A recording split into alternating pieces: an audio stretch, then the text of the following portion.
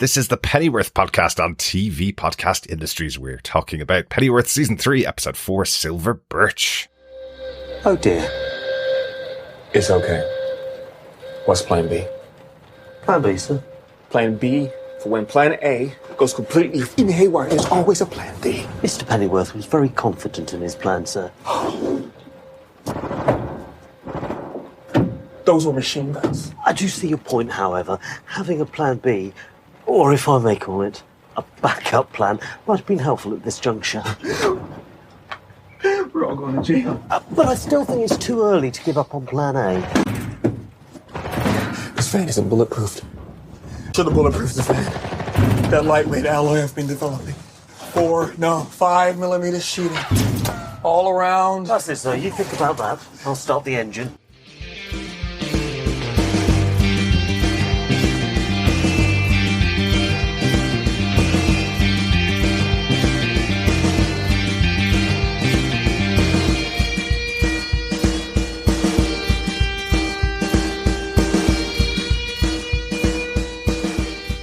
Welcome back, fellow governors, to our fourth episode of Pennyworth Season 3, Silver Birch. I'm one of your hosts, Derek.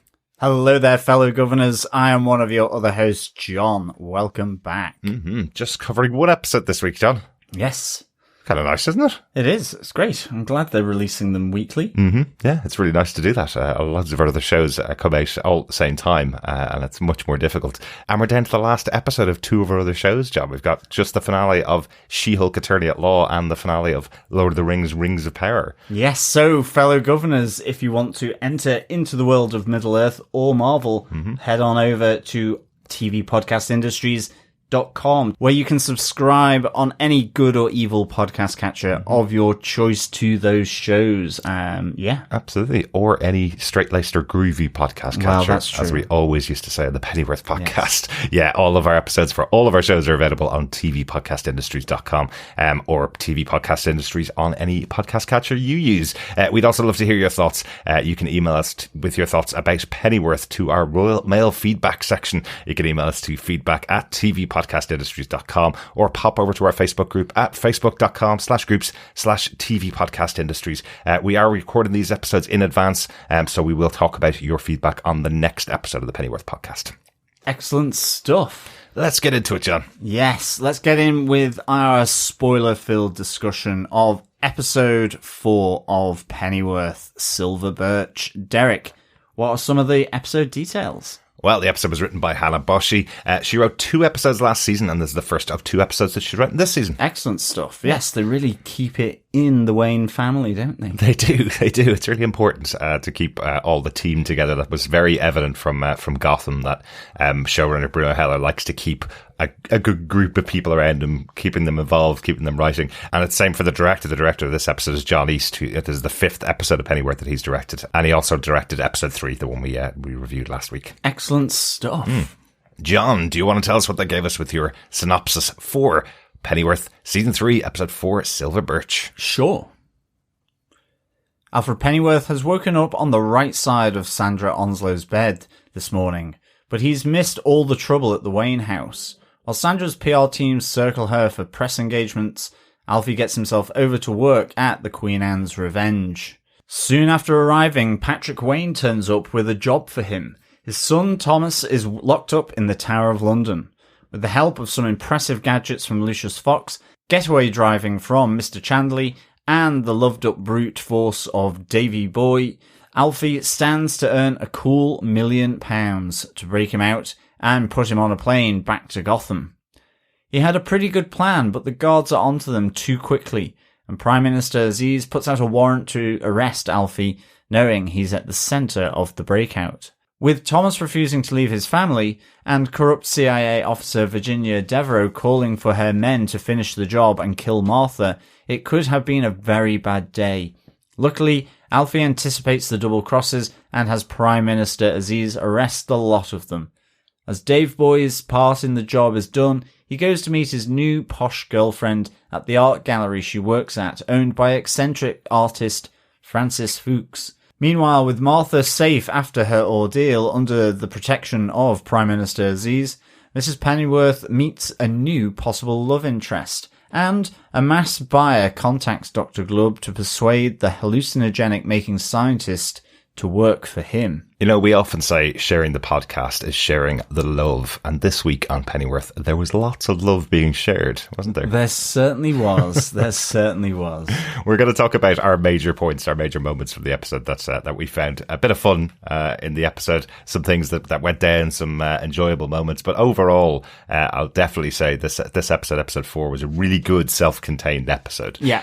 Really enjoyed it. Loved the story, what was going on here. The job that the boys have is all contained within the episode, and there's still some really intriguing things for the rest of the season, but it does feel like they've really got a good patter with this episode. Yeah, definitely. Let's talk about the love lives. I think that's a good place to start. Yes, our first point: love lives of Alfie, Dave Boy, and Mrs. P.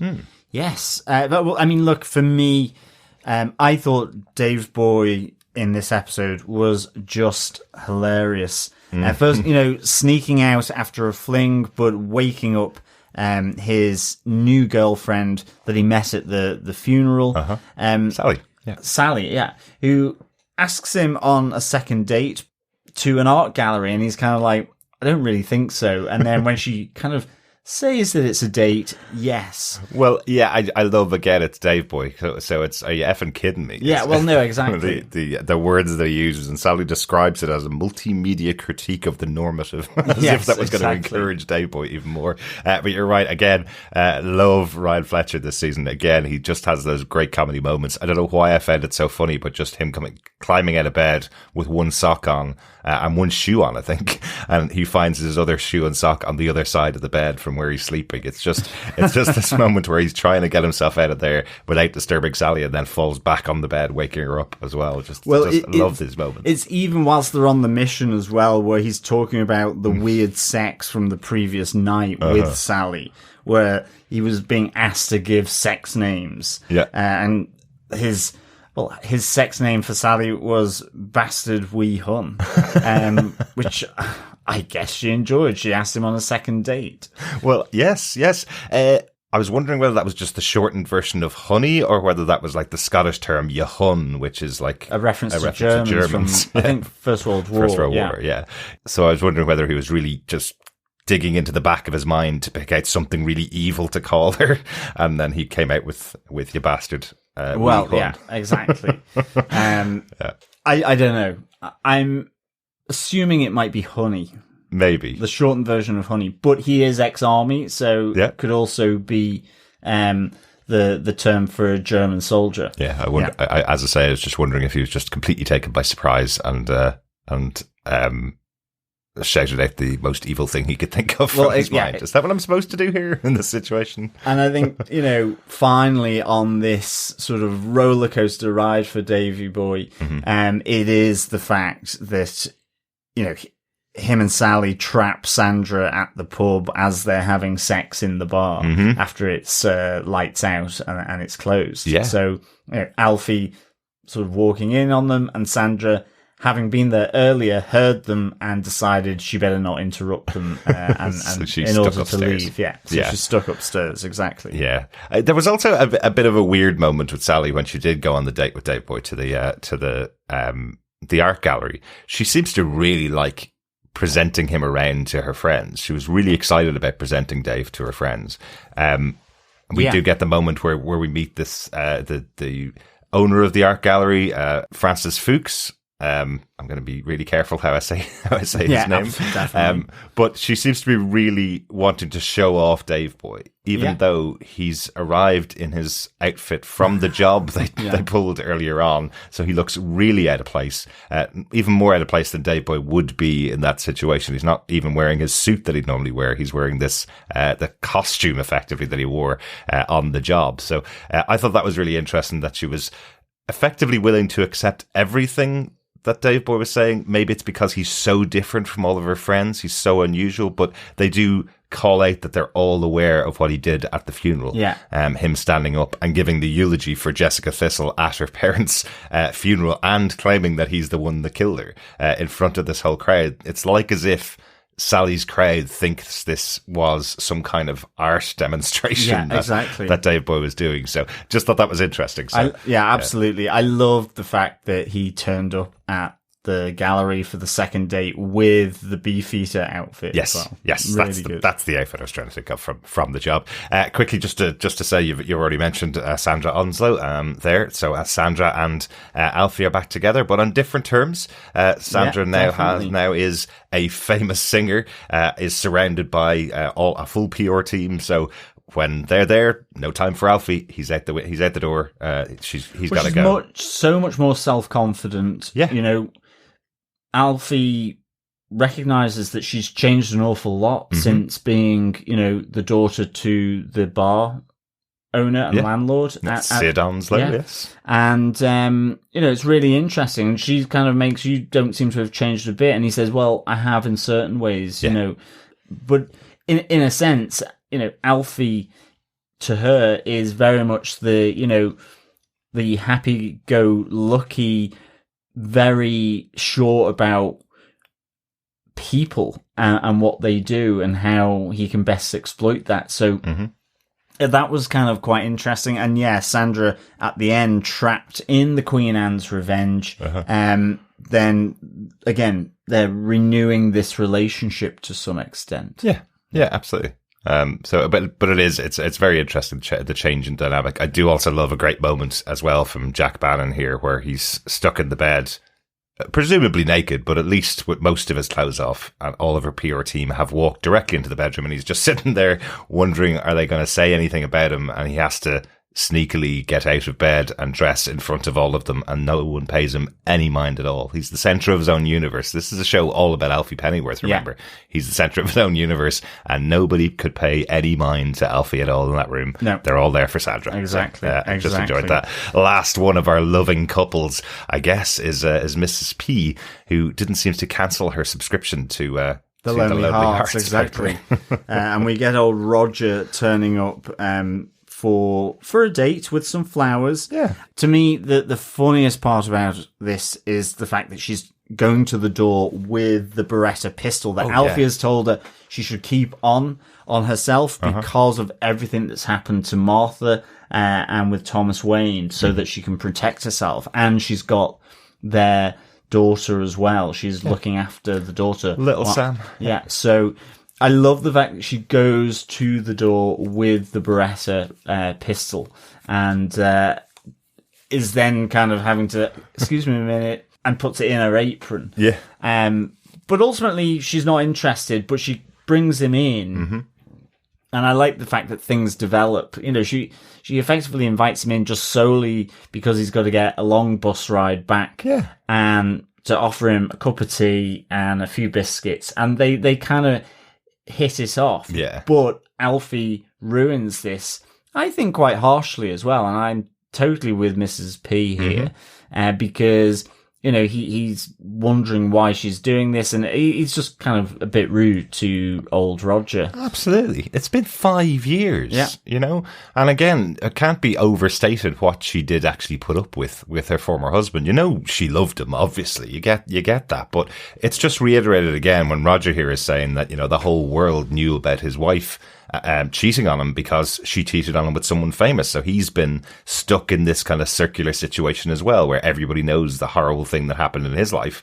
And then he looks over his shoulder when Mrs. P points out her husband and remembers exactly who he is. He's the person that tried to kill the Prime Minister and the Queen, And I love the kind of joke from Mrs. P that, well, he's died twice as well. Exactly. So she had a very unusual life and everybody knows about it too. So if there was someone that she could go on a date with, this seems like the right person for her. And Alfie is very harsh about it because, as you said last week, it's a protective son, ultimately. Well, yeah, she's not a woman. She's my mom. Yeah. That's basically his idea. So, I'd like to see Roger back again. I kind of like the idea of someone that has gone through something similar. Mrs. P having very big problems with the dating scene in the past. So that'd be nice. Yes, I'd like to see it. They would. I'd like to see a reason for Mrs. P to stay in the UK when Alfie goes off to Gotham, because he will eventually. Yeah, exactly. There you go. Let's get on to the major kind of big point about the episode, the big job for Alfie and the boys. Yes. Because this all comes from the end of last week's episode where Thomas effectively tried to kill Martha because he was under the influence of the hallucinogenics. And if it wasn't for Mrs. P again, stopping him, banging him over the head with a vase, or a vase, whichever takes your fancy, he may have succeeded. And he's been sent to the Tower of London. Now, Tower of London in real world is the most secure place in the UK, or at least what would have been back in the 60s and 70s. It's, I would say, at least where the crown jewels are kept, Yeah. it is hugely secure. It is, alas, not a prison. It is not. No. Not today, but it's the symbolism of that within the show. Yeah. So it's it's a good location to have the prison for Thomas Wayne. Yeah. And we had seen that last season. We'd seen it being used as a prison last season, where a number of members of the Raven League were put into the Tower of London, including Peg and Bet. Yes. They were both in there, and Harwood. Yeah. For me, I was just surprised that Alfie took up the offer to do this, effectively to break him out of the Tower of London. I understand £1 million, a lot of money that Patrick Wayne is offering here, but also he's not telling his handler, Virginia Devereaux, about this plan, and he just wants to protect his son. But what I quite like is that Alfie is rationalizing this in his mind, that, he will be hunted and tracked by the police for the rest of his life for breaking Thomas out of the tower. It's also, he doesn't really trust Patrick Wayne, but with the offer of £1 million and what we see play out, he's almost experimenting with Patrick Wayne. Absolutely. He's taking it, he's doing it in order to see how it plays out, to get answers. That's how he's doing it as a private investigator as well. So I really like that side of it. Yeah, definitely. I also like that Alfie probably could have gotten £2 million if he'd said that. Yeah, exactly. And then also just with the job itself, as I say, Dave Boy in a Beefeater outfit is hilarious. Classic. I love the fact that Lucius is testing out all these little gadgets. So a lock break that he's using, and then the grapple gun, of which Dave Boy gets the short end of that rope in, that he has to pull himself up once Alfie has been whizzed up to the top. But I love you seeing these Batman gadgets. Absolutely. Do you know that is slightly unfair though? Dave Boy is in the Beefeater outfit. He is in the costume that's supposed to protect them, and he doesn't even get the opportunity to use them. Yeah. Use the bat grappling gun, I guess, or possible future bat grappling gun. He has to climb up himself. He even gets up to the top. He's covered in sweat and he's got dust all over him from the climb. But yes, the prototype for loads of bat gadgets here. There is also a moment, a little Easter egg in there that you might have spotted, where when things start to go bad, bullets are flying, and you hear Lucius commenting on how thin the metal surrounding the van is. Yes. That if he had his way, the van would be 5 or 6 inches thick of metal. A little reference to the Batmobile that he will eventually create in the future. Yeah, no, it was really good. I love that Chandley was involved in this as well, and I really just enjoyed him and Lucius having those conversations as Lucius is getting more nervous, more freaked out. He starts asking about what happens if the plan A goes wrong? Is there a plan B? And Chandler's just, well, I don't think there's a plan B, but I think we should focus on plan A first, make sure that's right. I just like that pitter patter. And then ultimately they get Thomas Wayne out of the cell and manage to bring him back to Mrs.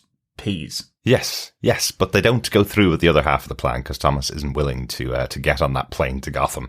No, and he also tells Alfie everything about the CIA and Wayne Enterprises with Operation Lullaby, as we hear. Yes, but they still don't know the trigger. at this point. No. That's the one thing they don't know. It was interesting because we mentioned it last episode that even though Mrs. Pennyworth heard the phone call, she didn't connect the two things together, didn't connect the song of Sandra Onslow to the trigger that could have turned on Thomas Wayne to kill his wife. She doesn't know what's going on. But they've all connected it together, really, because of Jessica Thistle killing her parents.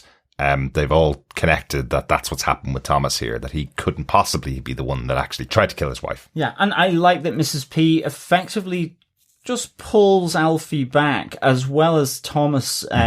Thomas wants to stay to protect Martha and his daughter. Yeah. But Mrs. P is kind of pulling Alfie back as well, to not put Thomas on the plane. For those same reasons, you'll be hunted down, but also it moves it to Alfie's advantage, because he then enacts a plan in order to find out maximum information when he goes back to Patrick Wayne in order to say he's got his son ready for the plane. Yeah. It's only cut short because Thomas is impatient and comes in. And I mean, ultimately, they're at gunpoint, but at Mrs. P, he's obviously gone and phoned Prime Minister Aziz to protect Martha, but to have the police on standby to come in and arrest everyone in the house. Exactly. So I really liked that. I loved Virginia Devereaux slapping Patrick Wayne about it. It felt really slapstick comedy. I loved it. So good. I must say, I did laugh a lot at that. Yeah. When she finds out that he's busted Thomas Wayne out of the prison. It's also just as a result of that, there's now that Martha is alive. We need a scorched earth policy, as she sends in CIA operatives to kill Martha. Yeah.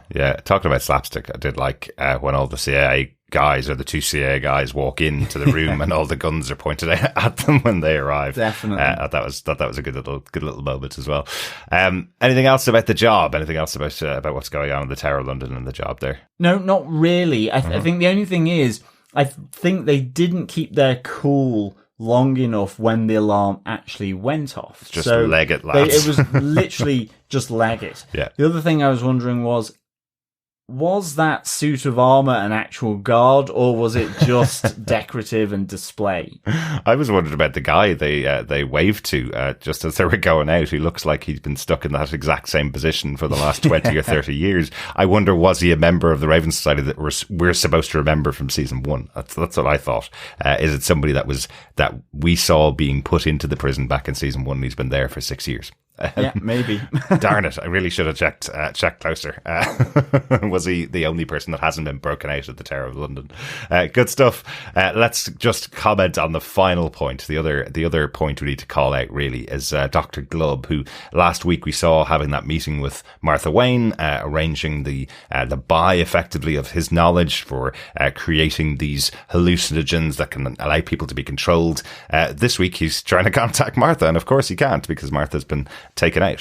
She's having surgery and recuperating. Well, she's still unconscious in the hospital. Yeah, at least we know she's good. That was called out. We know she's well. She will recover after that surgery. But Dr. Glubb is calling this central office, trying to find Martha, and gets a call back from an unknown voice on the other end. Well, exactly. Yeah. I at this moment in time, I'm thinking it's John Salt. I think that's likely. He's the most likely person who's looking for a new weapon to take down the new English government, or the English government who thwarted him last season. Well, absolutely. But what a weird ending, can we just say, with the meeting of Dr. Glubb and his contact wearing basically the mask of V from V for Vendetta. Yeah, now, V DC Vendetta crossover is a DC comic. Yeah, it is a comic that was printed by DC. So, which is representative of Guy Fawkes. Yes, and so the only thing I'm wondering is it that John Salt has appropriated that in terms of rebellion or looking to go against the current government like Guy Fawkes, or I feel that would be strange, but nonetheless, Glubb hasn't actually met that contact willingly because he is bound and with a bag over his head. That's right. You know, as he says, this wasn't the arrangement. So this is very interesting. I mean, it feels like how the Ravens would operate. It is. But it was interesting having that such iconic mask pop in the darkness of that cell. I thought it was kind of really interesting, actually. It was. And it's just how awkward it is to explain what that is to the audience, you know? So we're watching a brand new show that's set in roughly the 70s, in the DC world. So you've got the connection to the comic book V for Vendetta, where they could have gotten the mask from. Is it representing that? Even though that's set in the 80s in the DC comic universe, is it connected to the movie? For some people will see it instantly and go, I recognize that mask from the movie. And then some people will see it and recognize it from Anonymous, the hacking group that took that on as their icon. That mask has been seen all across the world in so many places. So it being so iconic seems like a really weird choice for this show to put it into this 70s set. Exactly. I mean, the only thing is that in V for Vendetta, V is fighting an authoritarian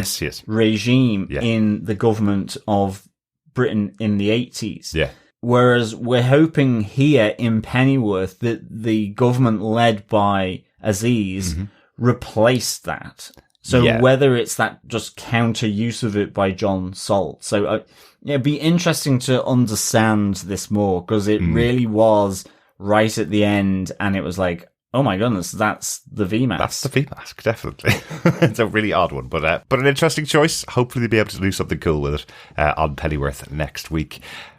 I think that's it for the main show itself. Any notes, John? Any things you want to pull out from the episode that we haven't talked about? No, nothing from my side.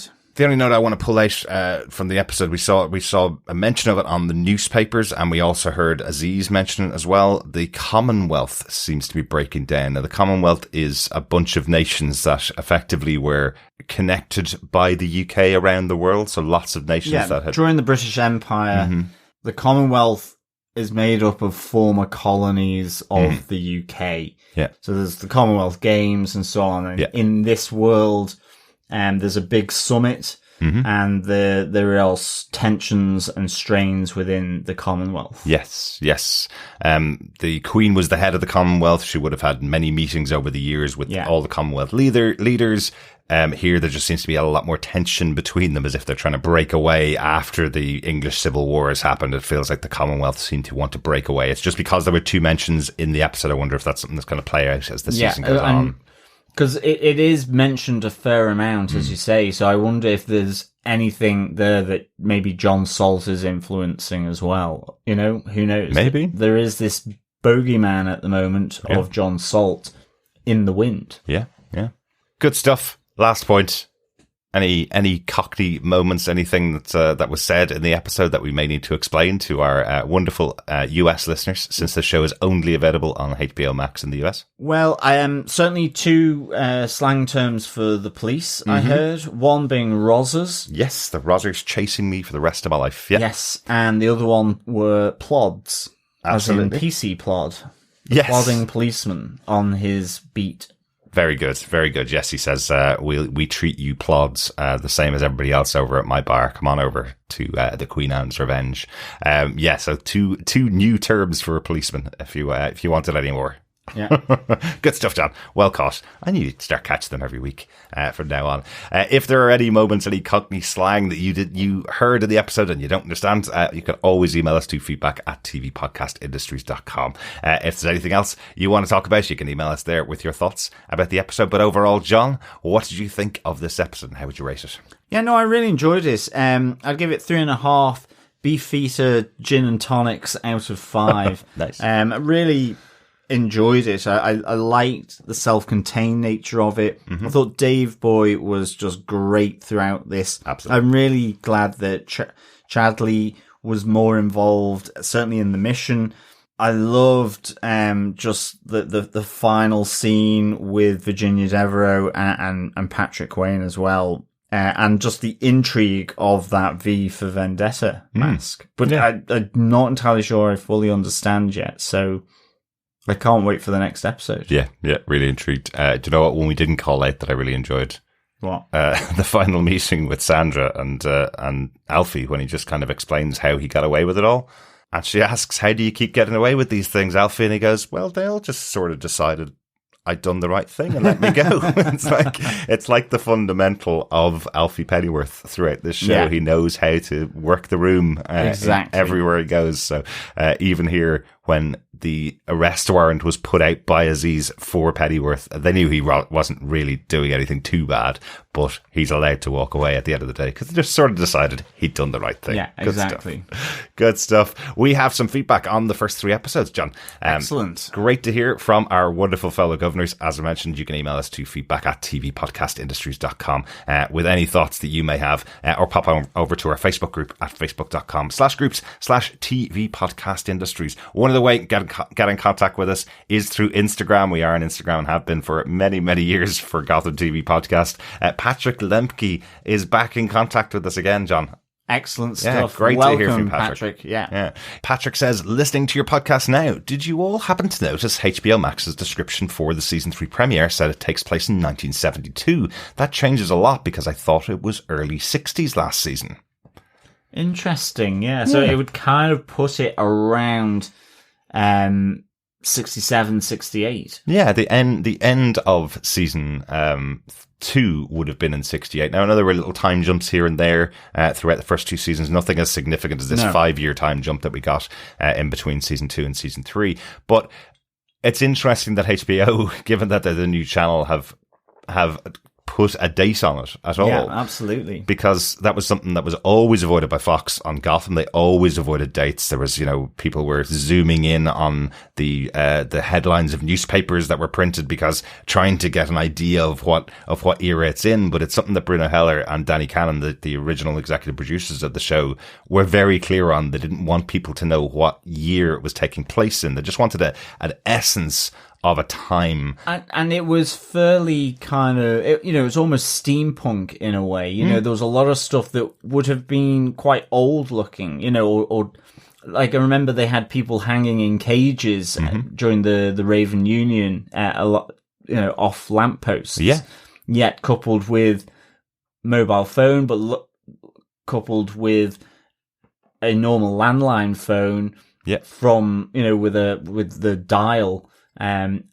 Coupled with, 70s, 60s, 50s looking technology. So it was always a little bit fluid, the time. Yeah. And I always heard from Bruno Heller that he likes to keep it that way. He wants to have this as DC's version of London. In the first series, DC's version of London in the 60s, so you can't really tell what year in the 60s, and this season, DC's version of the 70s, effectively. Yeah. So by saying a specific date and saying that we had a 5-year time jump, you're right, it does kind of end last season in 1967. So that's really interesting, Patrick. Yeah, great stuff. Thanks, Patrick. And great to hear from you again. Yeah, absolutely. Welcome back, fellow governor. We also got an email from Coffee and Vodka. Greetings, fellow groovy, groupie defenders. My history with Pennyworth is a bit spotty, having missed out on season 2, but the move to HBO seems to have brought only a bit more blood and an F-bomb or 20 into the mix. Are there any other differences that you've noticed? I'm just glad the season wasn't caught with most of the other shows and the Batgirl movie in the latest Warner Brothers tax break moves. Corporate reality aside, the Helliverse is a great place for tales outside of the DC continuity, such as what they're giving us here. The CIA machinations, a greedy chemist, marital lies, and proto-superpowered threats, intersped as a background plot spinning around Alfred Pennyworth's world. Nothing, however, is better than Paloma Faith's Bette Sykes' laser-focused search for John Salt. Can hardly wait for their confrontation with Baby in tow. The only problem I have with the plot so far is the use of a song, which is number 3 on the pop charts as a trigger. Causes me to picture Thomas leaving a trail of bodies on his way home, as it's probably playing on radios everywhere, with the wine and takeout food. 4 Pennyworth pubs, bloody hits, and casket flask confessions out of 5 Peace and take care, coffee and vodka. I totally agree with you, coffee and vodka. Yeah, definitely. Just the idea that you could be walking around the supermarket and suddenly hear the song playing over the radio, which would be very likely in the 70s, if that number 3 song would be playing everywhere, and, you know, not go wild and kill lots of people around you. Yeah, definitely. Yeah, seems like it was a surprise. And other than, I think there was quite a lot of blood and also strong language, even when it was over on Epix. I think the main difference is, you know, I think there's a significant time jump, even though it's only 6 years, in the landscape of London. Like that opening shot, like there seems to be much more kind of skyscraper type things within that field of view, that kind of widescreen. Yeah. But no, I haven't. I think it's still true to Bruno Heller's idea that this is fairly fluid around giving it an exact time stamp. You know? Yeah. I think he uses loads of different concepts and ideas, primarily in the production and design, that don't match eras, you know? Yeah. And I think in particular there was kind of an interesting situation with Pennyworth when season 3 was announced. HBO Max was being launched and they were in negotiations with Epix to get the 2 seasons of Pennyworth on HBO Max. Yeah. They only came out in January, I think, of this year. They were put on HBO Max. And then the announcement that they were going to co-air them on Epix and HBO Max. I haven't heard any kind of announcement that it's going to be on Epix now. Yeah. I think they've effectively bought the rights and just moved it over to HBO Max. But while under production, I think the show is still produced for Epix. Okay. So we won't see a huge influx of budget into the show. It still was produced under the same production company and with the same cast and everything else that were there for Epix, as far as I am aware. So I don't think we'll see any specific, this is a HBO Max production until we get a season 4, if that's greenlit at HBO Max. But good to see that it survived. Yeah. Would be awful for everybody involved if they'd made a show and, like what happened with Batgirl, it got cancelled Absolutely. and not released. Yeah, absolutely. Great stuff. Thanks, Coffee and Vodka. Yes, thanks so much, Coffee and Vodka. We also got some Facebook feedback on our spoiler post for the first 3 episodes. First up, Victor Von Doom says, "Greetings, batters. I really enjoyed the opening recaps for each episode. Bet Sykes strolling around town with a baby carriage is very amusing. I'm looking forward to her finding that fiend John Salt. Dave Boy taking the death of Jessica Thistle so hard was sad, but he may have found a lady friend. Foul-mouthed Sister Susie was a hoot. We lost her too soon." Absolutely. The whole mind control drug story is much too close to true events and very, very scary. By the way, what became of the CIA agent that was not killed at Sister Susie's? I miss seeing the Queen this season. I will have to brush up on Batman lore, as I don't recall Bruce Wayne having siblings. I have some favourite quips from each episode. In episode 1, Beth saying, "I hate geography teachers," and "Sticks and stones love sticks and stones." In episode 2, Alfie, "She is not single, she's my mum." Absolutely. And finally, in episode 3, Lucius going, "Lucius, never get married," to himself. Great stuff. Cheerio, Batverse. Victor Von Doom. Yeah, some great collates there. Yeah, that's the one I keep forgetting, the one I keep misquoting. "She's not single, she's me mum." Yeah, absolutely. Yeah, I'm really looking forward to Bet Sykes getting face to face with John Salt for sure. Yeah, me too. It's always sucks when we've got a season and we've got a great opener from Beth Sykes and then she disappears. So we're on episode 4 now. We haven't seen Beth since episode 1. So hopefully we'll see her back as she goes on that mission to take out John Salt. That'll be really good. The CIA agent that wasn't killed at Sister Susie's, I'm sure there was 3 that arrived. I think it was something like, as far as I remember, somebody else took out one of the agents and then Alfie and Dave Boy took out the other 2.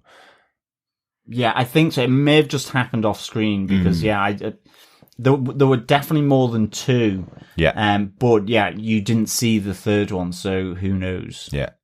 Maybe he just heard the gunshots and went, "I'm getting out of here." I'm done. Good stuff. Thanks so much for that, Victor. Yeah, thanks, Victor. Second up, from Facebook is Jamie Lawton, who says, "Excellent 3 episodes. Love reconnecting with the characters, especially Bet. James Purefoy, outstanding and over the top as usual. Sandra in her Susie Quattro leather catsuit. Nice. Lots of memories due to the 70s setting. Susie Quattro was my first crush when I was 4. I also caught a glimpse of my dad's first old car, a Ford Cortina, in a street shot. Nice. Alfie says, Gertcha, good old Cockney slang meaning get out of it, made famous by a Chaz and Dave song. That's right. That's Excellent. right. You know, I remember that being a bit of a catchphrase for Alfie last season as well. I remember him saying it a few times last season.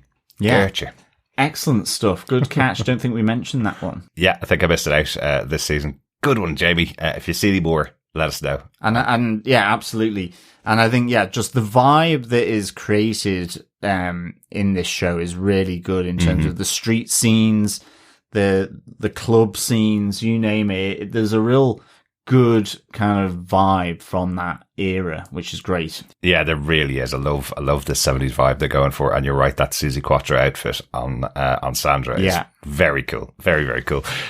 Just wanted to give a quick shout out to some of our other fellow governors, Salim and Parthenia, who both started watching Pennyworth on HBO Max now that it's available more freely and more available for everybody. I think Salim was watching the first season of Pennyworth. He's now into season 2 of Pennyworth, but he's going to be a little bit behind before he gets here. Parthenia has literally started watching the first couple of episodes of season 1 of Pennyworth. So we wanted to give them some encouragement when you get to season 3, episode 4. Excellent stuff. Good job, well done, and you only have a few more episodes to go this season. Yeah, excellent After stuff. that binge watching. Thanks so much to everybody that's been in contact with us. We still want to hear your thoughts. Let us know what you're thinking of Pennyworth season 3 on HBO Max. We will be back next week with episode 5, Rhyme and Reason. Rum and raisin. I like it. As John mentioned earlier on, we are also covering She-Hulk, the finale, and Lord of the Rings, The Rings of Power, the finale this week on TV Podcast Industries. So make sure you get subscribed to the main podcast feed, TV Podcast Industries, on any good or villainous podcast catcher. Yes, please share the podcast as well, because in the spirit of the 60s, sharing the podcast is, of course, sharing the love. You can also support us through patreon.com/TV Podcast Industries or over at buymeacoffee.com/TVPI. Thanks so much for joining us. Talk to you again next time. Yeah, thank you so much, fellow governors, for joining us. As always, remember, keep watching, keep listening, and keep staying cheeky. Bye. Bye.